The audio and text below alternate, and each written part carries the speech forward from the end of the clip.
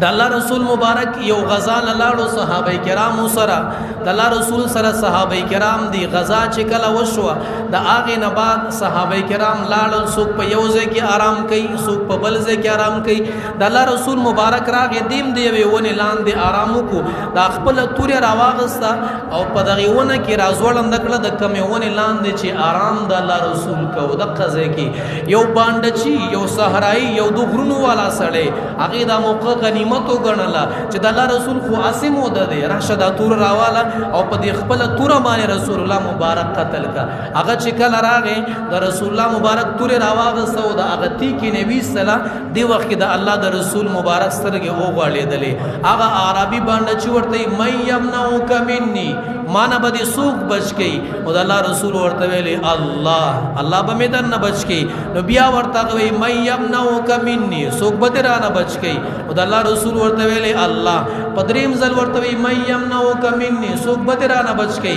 او الله رسول ورته ویل الله به مې درنه بچ گئی کنه د دې خبره سره په هغه باندې دومره روب راغی چې هغه تورې د لاس نه وګرځیدله او الله رسول مبارک هغه تور راواغسته هغه باندې چې ته وی هغه صحرا والا سړی ته يمنعك مني اوس بتا مانو سو بچ کی زه خدارنا الله بچ کړم خدا مانو سو اوس بچ کی نو هغه ورته ډیره زاری وکړه ته ډیر خوش اخلاق سړی او ته ډیر خوش طبيعت سړی استاد اخلاق قصي او استاد کردار قصي او استاد واغه د الله رسول خیر دې ما تسم وایا د الله رسول خپل تور پتی کی واچول هغه ته ویل زلاړ شه زدي وجنم نه زدي مړکوم نه خدا سي حرکت بیا د پاره مکوا دا سړی چلاړو ال تخپل مرګرو سره کینا سوغه ته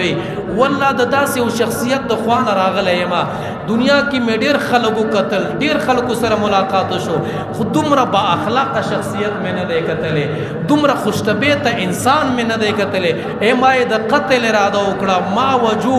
زما تورا چې زما پلاس کې وا او ما پیدا پیغمبر قتل کو اق تورا دغه پیغمبر لاس لوراغله خو موقو سره چې ما قتل کی خو زه هغه پیغمبر نیم قتل کړي زغه پیغمبر نیم وجلې قوم توی قوم بهترین سړی دی خوش اخلاق سړی دی دغه سړی راغی او واپس ایمان راوړو د الله د رسول مبارک په لاس باندې او مسلمان شو دا د الله د رسول مبارک خوش اخلاقی وا خوش طبیعتی وا چې چاته تکلیف نه دی ورکړي چاته ضرر نه دی ورکړي چاته نقصان نه دی ورکړي